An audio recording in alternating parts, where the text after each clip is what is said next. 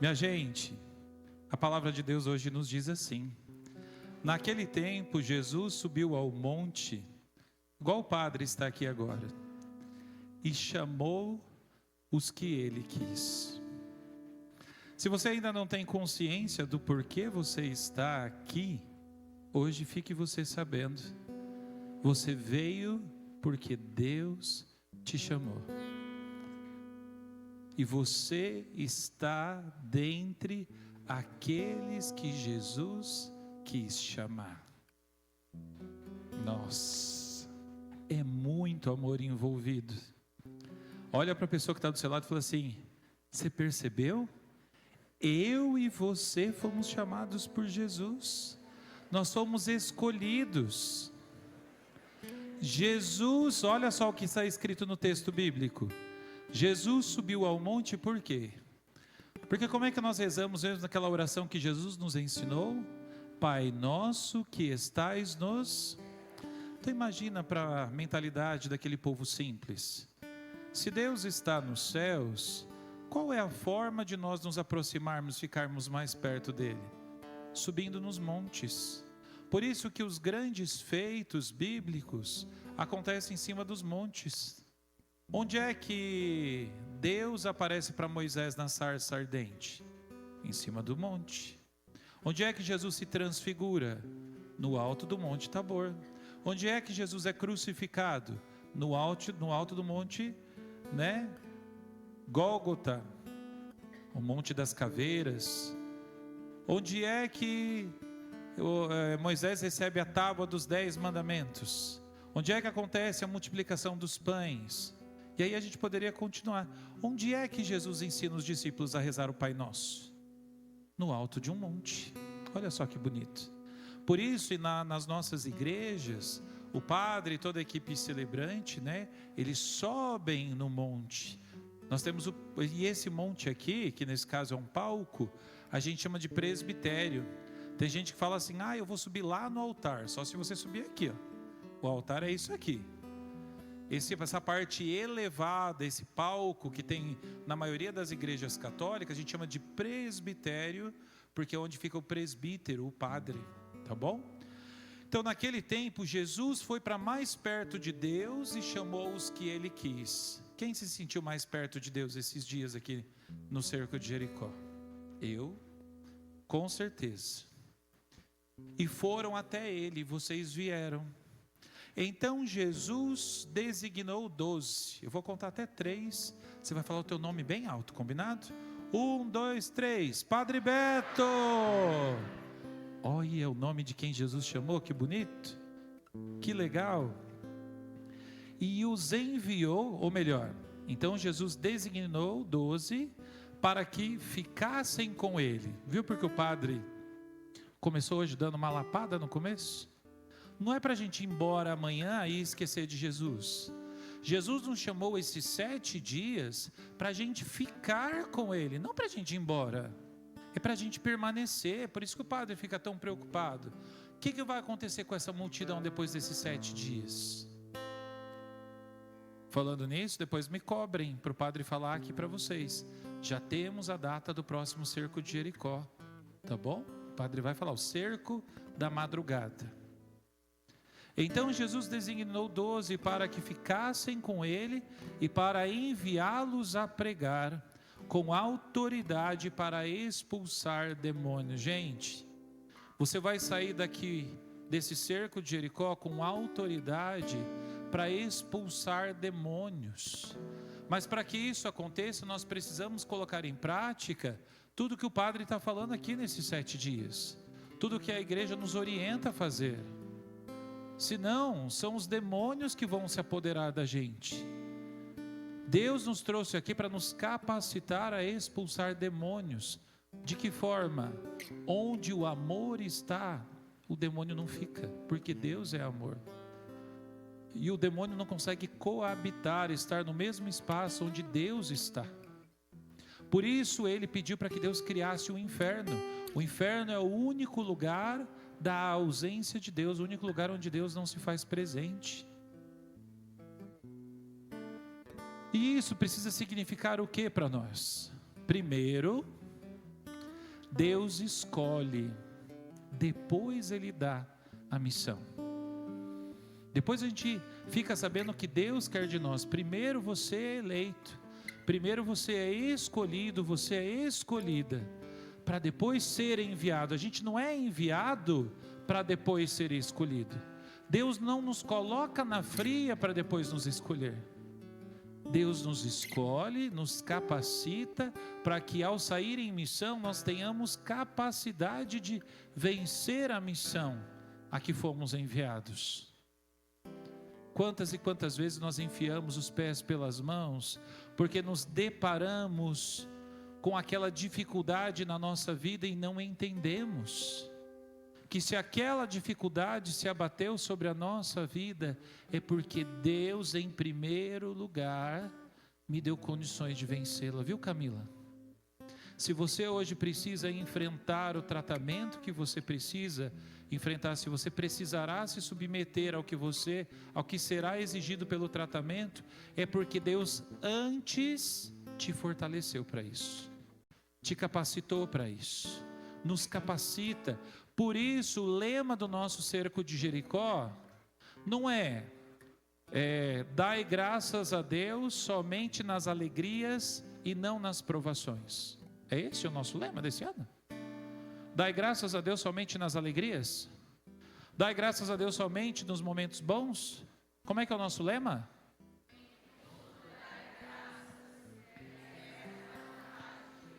Cadê o Rian? Está no microfone ou não? Só o Alex está ali? Ô Rian, como é que é mesmo aquela parte da música que fala da provação?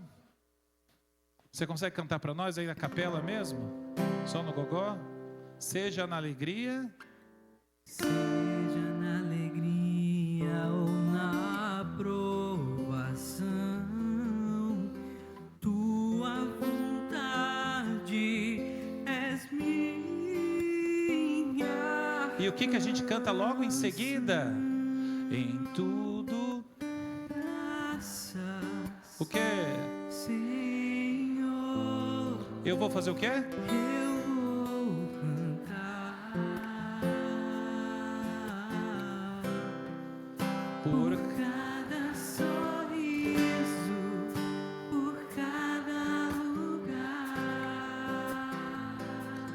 Continua mais um pedacinho. E aí?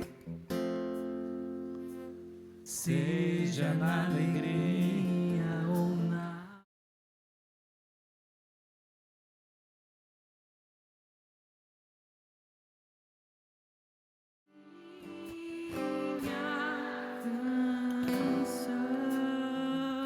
Deus se preocupa tanto que a gente saia daqui tendo consciência disso, que vamos lá para a primeira leitura e entender com quem que Deus está falando. Talvez você tenha chegado aqui a esse cerco de Jericó mais quebrado do que arroz de terceira. Quebrado, estrupiado, né? Se arrastando. Mas meu irmão, depois de ouvir a leitura de hoje, eu acho que você ainda está melhor que Saul.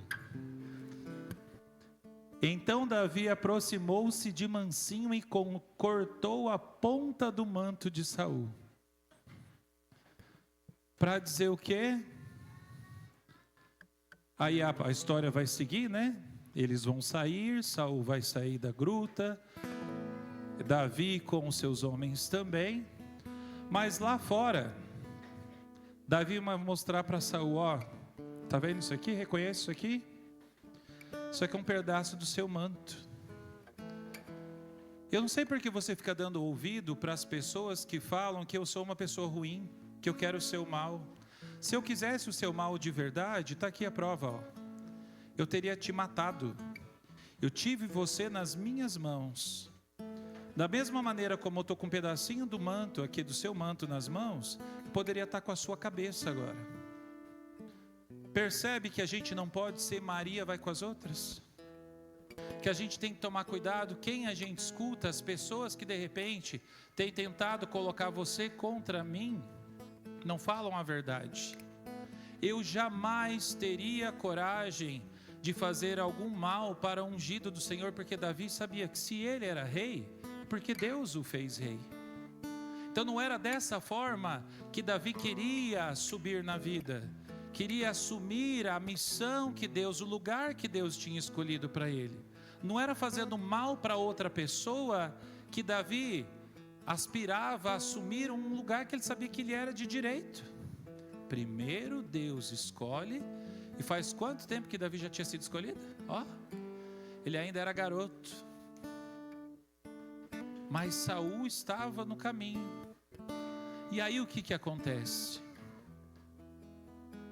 O testemunho de Davi, a maneira como Davi agiu, fez com que Saul entendesse que alguém tão bom de coração, alguém com o agir como Davi agiu, com tamanha bondade, verdadeiramente deveria ser rei. E aí a sucessão acontece sem que fosse necessária a violência. E isso para nós precisa ser lição para a gente aprender que na nossa vida nós não precisamos matar ninguém com a língua. Não precisamos fazer mal para ninguém para assumir o lugar que a gente acredita ser nosso. Se aquele lugar for meu de verdade, basta fazer aquilo que é correto fazer. E sempre é correto agir de maneira que a gente agrade o coração de Deus.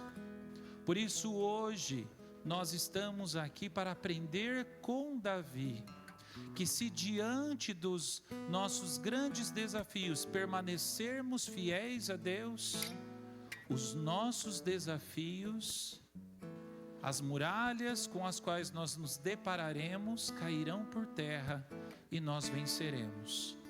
Mas é preciso ter paciência. Imagina se Davi fosse alguém impaciente nessa hora. Se a Davi fosse alguém que agisse com o sangue quente. Se Davi fosse alguém que agisse por impulso, a tragédia teria acontecido. Por isso, em Deus, precisamos ter um coração pacificado, a cabeça no lugar, agir conforme Jesus Cristo agiria se Ele estivesse no nosso lugar. Está em dúvida se aquilo que você tem que fazer vai agradar ou não vai agradar a Deus? Antes de sair fazendo, para e se pergunte: o que é que Jesus faria se Ele estivesse no meu lugar?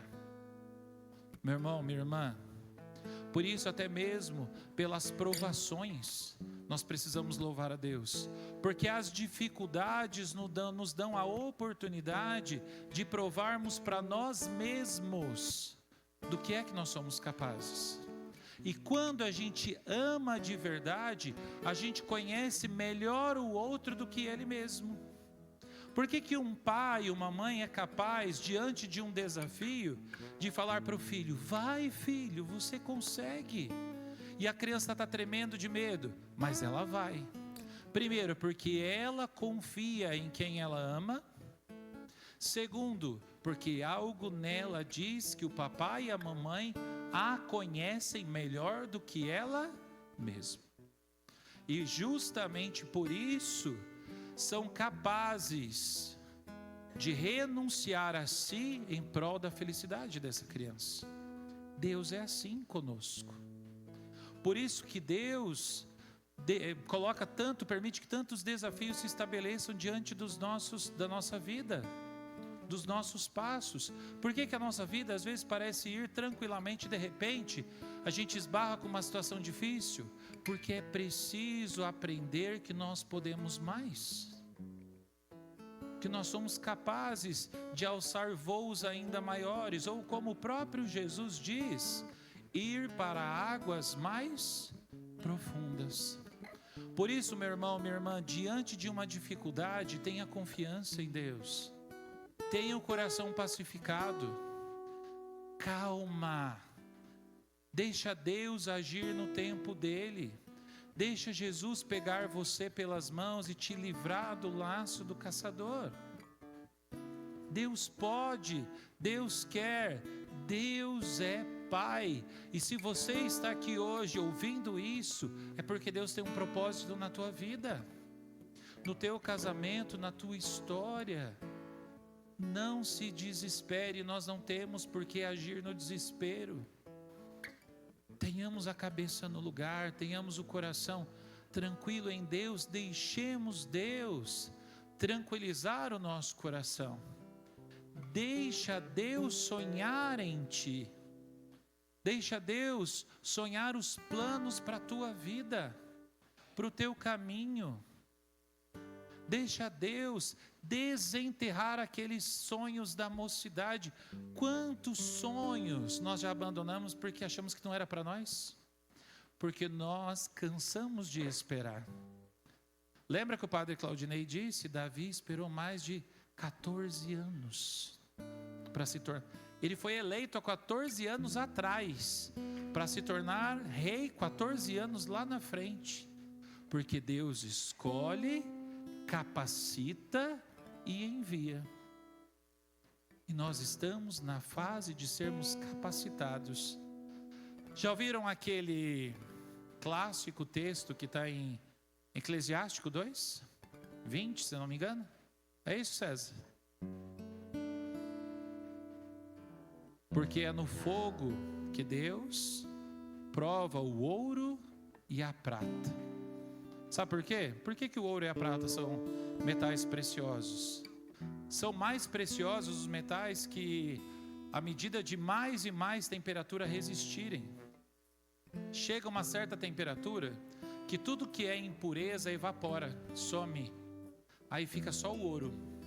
Para o ouro ser mais valioso ainda, ele tem que ser submetido a uma temperatura ainda maior. Quanto mais fogo, mais impureza vai evaporando, desaparecendo, vai ficando só ouro. Até o ponto de chegar numa temperatura que só o ouro aguenta. Só a prata aguenta. Ou seja, Deus muitas vezes, para nos mostrar o valor que nós temos, nos submete ao fogo, à provação, às dificuldades. Deus te ama. Não deixe que as coisas ao seu redor tentem te convencer ao contrário. Deus te ama e essa verdade ninguém pode arrancar de você. Nem mesmo o câncer, nem mesmo a traição, o adultério, a decepção mais dolorosa que você teve. Nem mesmo aquela notícia fatídica da morte do seu filho querido. Nada nem ninguém pode mudar isso em você. Nada nem ninguém pode arrancar ou mudar essa verdade. Deus te ama porque Deus não poderia fazer outra coisa a não ser amar, porque Deus é amor. Deus é amor. Por isso chegou a hora de aceitar definitivamente esse amor e deixar esse amor habitar em nós. Não mais o luto, não mais a tristeza, não mais o ódio, não mais o rancor. Saudade sim, tristeza não.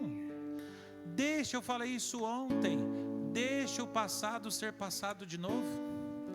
Para de arrastar esse passado com você, com essa corrente que só te machuca. Passou. Deus te trouxe aqui hoje para acarinhar o teu coração e falar assim: meu filho, passou. Não é assim que o pai faz com a criança? Gente, eu vou partilhar um vexame meu. Eu tenho pânico de agulha. Não gosto. Nem tirar sangue para fazer exame. Um cagão. Pior que Saul. Pensa num cara medroso. Não gosto. Aprendi a lidar melhor com isso, mas não gosto. E sabe como é que meu pai e minha mãe faziam quando eu era pequenininho? Eu tinha medo de tomar vacina, tomar injeção. Tudo isso porque eu tive infecção intestinal quando eu era criança, muito criança. E tomei por 3 meses, a cada 21 dias, um Abezentacil. Imagina uma criança, ali com 4, 5, 6 anos ali, tomar. Isso marca a vida da gente. E a gente fica com medo mesmo, né? E aí o que acontece? Como é que o pai e a mãe faziam? Agarra a gente bem forte, aquele abraço nos reconforta, nos aperta. E aí depois que a gente fecha o olho assim, vem aquela picada da agulha. Aí você toma a vacina, toma aquela agulhada, de repente você se acalma, porque o pai e a mãe estão falando para você assim: calma, filho, passou, já foi. Jesus quer fazer isso com você hoje. Jesus está te pegando no colo, Jesus está te apertando bem forte hoje e dizendo para você: filho, filha, passou. Para de sofrer por aquilo que é passado, a injeção já foi. Não precisa ter mais medo, o pior já passou. Agora nós vamos colher os frutos. Doeu, mas para que você recebesse um mal maior, ou melhor, um bem maior. Esse mal foi necessário para que você recebesse um bem maior. Dói, mas olha o bem que a tal da benzetacil traz depois, que a injeção traz, que aquele remédio, o remédio não é amargo, mas através dele vem a cura. Então precisava ser amargo, precisava ser doloroso, mas passou. Para de viver de olhos fechados, encolhido, agachado, com medo de ir para frente, só dando passos para trás. O teu Senhor hoje te liberta com um abraço. Olha para o irmão que está do lado, eu gosto de falar isso. Já perceberam que eu gosto de falar isso? Cutuca assim, faz tuc, tuc, tuc. Fala assim: meu irmão ou minha irmã, né? Nós somos escolhidos. Por isso, deixa Deus sonhar em ti. Deixa os sonhos de Deus se tornarem realidade na sua vida. E ó, é para falar. E ó, se for difícil essa tarefa, eu tô aqui, ó. Conta comigo. Nós estamos juntos nessa. Eu quero te ver lá no céu. Mas não precisa ser hoje, tá? Segura na mão desse teu irmão. Segura firme na mão dessa tua irmã. Aperta firme para que ela sinta Deus segurando a mão dela. Não é o abraço, é um aperto de mão, mas é Deus segurando a mão dela. E canta para ela assim, ó.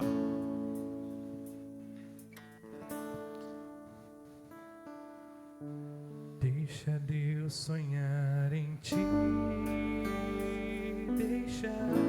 Deixa Deus sonhar em ti. Olha nos olhos dela agora e canta. Não tenhas medo, é Deus quem te se foi Deus que te chamou pelo nome, Ele vai te capacitar. Coragem. Deixa Deus sonhar em ti. Está na hora de você vencer os seus fantasmas. Está na hora do passado voltar a ser passado. A injeção já foi. Não tem mais volta, é daqui para frente. É Deus quem te segura.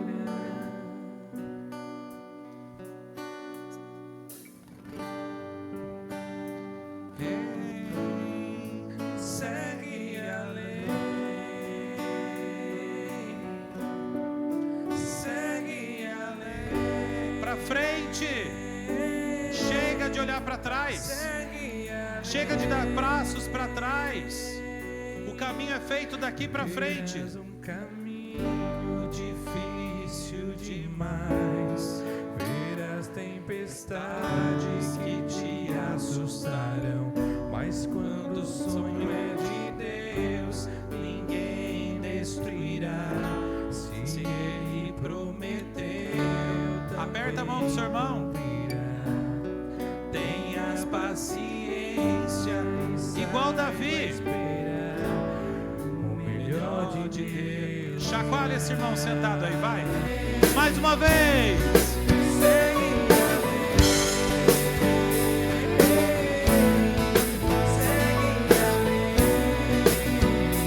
Deixa Deus sonhar em ti. Deixa Deus sonhar. Dá um abraço bem gostoso nesse irmão que segurou a sua mão. Fala para ele assim: meu irmão, minha irmã, vamos viver os sonhos de Deus.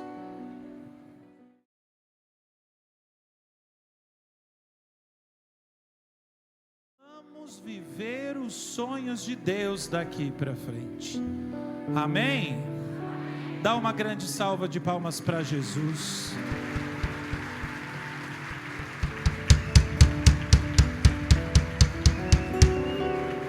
Pode ir se sentando, que ainda tem mais. Quero convidar aqui alguém que vai nos dar um testemunho hoje. Graça e paz. Hoje nós temos o testemunho da Sueli Aparecida.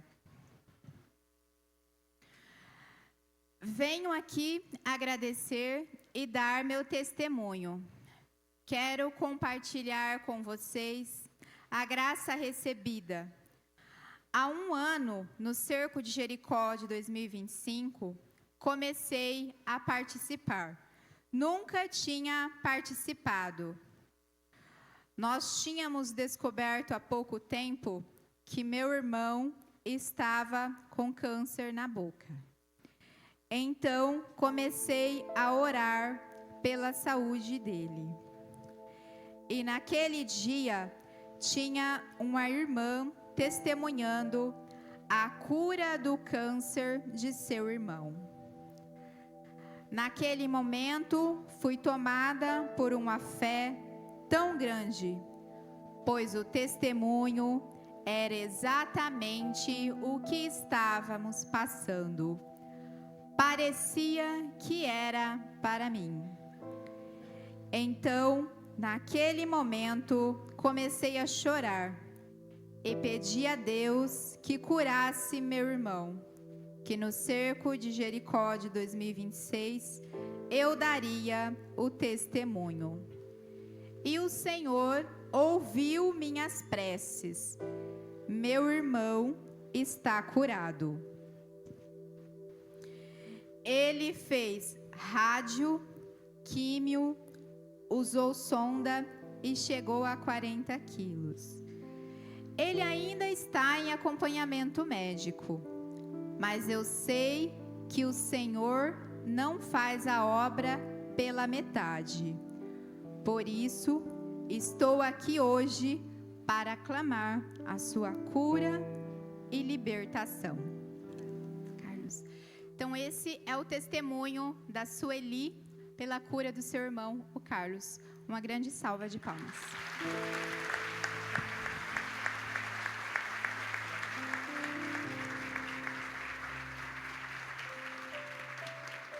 E eu gostaria, isso, já vai dedilhando ela aí. Eu queria que vocês olhassem para um detalhe que talvez para vocês não signifique muito, mas para mim significa muito. Dá uma olhada para os nossos alimentos doados, vê se vocês veem alguma diferença. Chegou em Jericó ou não chegou?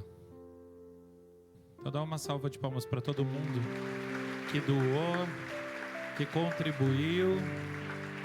Vocês viram que quando a gente se une, a graça acontece, aquilo que parecia ser impossível se torna realidade no nosso meio? Segue a